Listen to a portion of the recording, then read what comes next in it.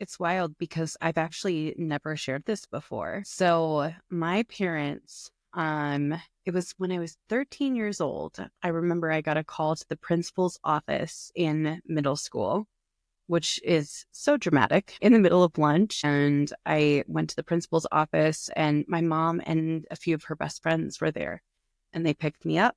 They took me away from school. And they revealed to me, like, okay, your parents are getting a divorce. But it wasn't that simple. Super dramatic, right? Like, it was actually very traumatic, to be super honest. And it's interesting because that wasn't like the signed, sealed, delivered version at all. My parents separated and got back together for 5 years, back and forth, back and forth. And it was just like, I never knew, are we going to be at like dad's apartment today? Are you guys back together? Like, what does this look like? And to be honest, like their divorce set me up to be a complete statistic in every sense of the word. What do you mean by statistic? I mean, like to become a single mother, because it was traumatic, dramatic. And I know like divorce and traumatic divorces lead to more statistics across the board. To become an alcoholic, I actually probably should have been a lot worse than I was, if I'm going to be super honest. So I'm actually grateful that's the least of the damage I experienced throughout. But yeah, it was pretty rough. I probably should have been like a druggie. I probably should have been an addict in many more ways. I probably should have experienced a few divorces of my own, but goodness gracious, it was crazy, Tanya. So your parents never delivered the message to you together. They didn't sit you down and say, Rachel, we just want you to know that, mom and dad have decided to divorce. They never said, it's not that, we love each other still. We're just not in love with each other. These are all the things at Better Than Bitter that we teach. We teach how to communicate as a couple to your children, and how important it is for that message to be delivered from a place of love, and for your child to not know that it's them, that they did nothing wrong. It is not something you did that has brought us apart. So why did they take you from school? Like, why was there a third party there to tell you that the divorce was happening? So this is loaded, and I will touch on it lightly. There were certain parties involved between the two parents that were very drama obsessed. They loved the whole like, how dramatic can we make this, and how many people can we involve, and how many, if that makes sense. It was almost histrionic in a way without diagnosing anyone. And so I realized early on, probably like when I was like 17 or 18, that one party loved the attention they could get from those types of announcements. And I was, a fatality emotionally through that.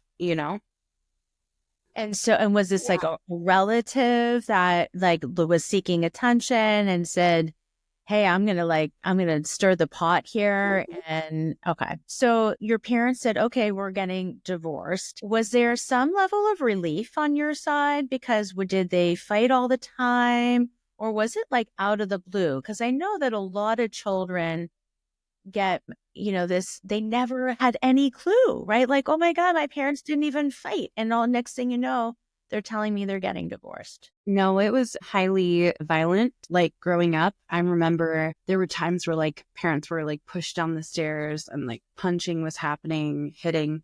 And I would just like listen or like get as close as I could to hear. I was the oldest of three girls. So I was always the one kind of like keeping watch, listening, making sure everyone was safe. No, it wasn't a safe upbringing. Like it was dangerous. And so I will say though, because we grew up so religious, like my dad was a pastor growing up, my mom was a worship leader, like I did not know that divorce was on the table. And so I had never met anyone who was divorced or met any friends whose parents were divorced. And so when I first heard, okay, we're getting a divorce, it was kind of like culture shock a little bit, if that makes sense. I just thought you stayed with the people regardless of how bad it was. And it was to the end always. So it was kind of weird. Yeah.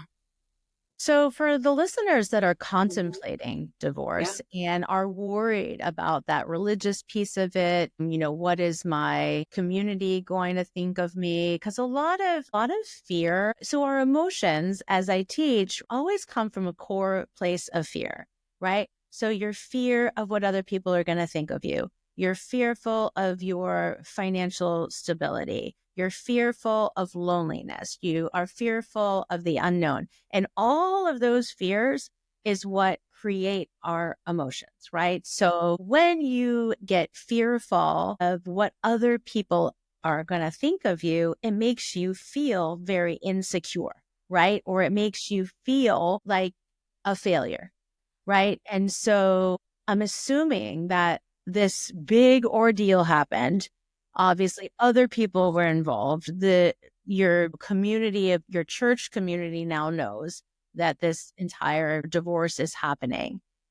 What was that like for you as a kid to all of a sudden have that be displayed in such a grandiose way?